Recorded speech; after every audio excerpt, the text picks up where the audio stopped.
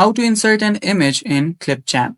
Hello guys, this is Atticus and welcome back to another tutorial video. In today's video, I'll teach you guys how you can insert an image in ClipChamp. So without any further ado, let's dive right into it. First step, search for ClipChamp and open it up. After you open it up, it should start setting up your workspace. Now here you can simply create a new project or start with any videos or anything that you're currently working on. So let's let this load and open that up. So yeah, it's taking some time. So while this happens, if you guys are new to our channel, head down below and hit the subscribe button so you don't miss out on our future videos. There we go.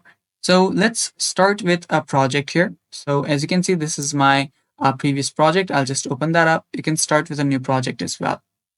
After you open up the project that you're working on, you can then import media.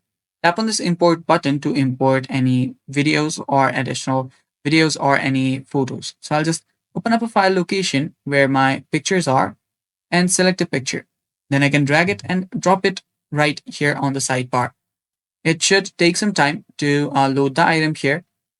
So just wait for it while this loads up. And after it does, you can then add it. So that was a GIF. Let me add an image. So let's say this is the image that I'm adding. So simply drag it and drop it. And again, it shouldn't take much time. Then tap on add to timeline by tapping on the plus icon. Doing that, it should be added on the timeline. Now you can add it in between the video as well.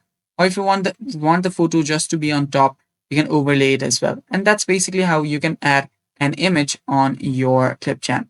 Thanks for watching, guys. That's all for today's video. Thanks for watching. Stay tuned for more upcoming tutorial videos. And bye-bye. Take care.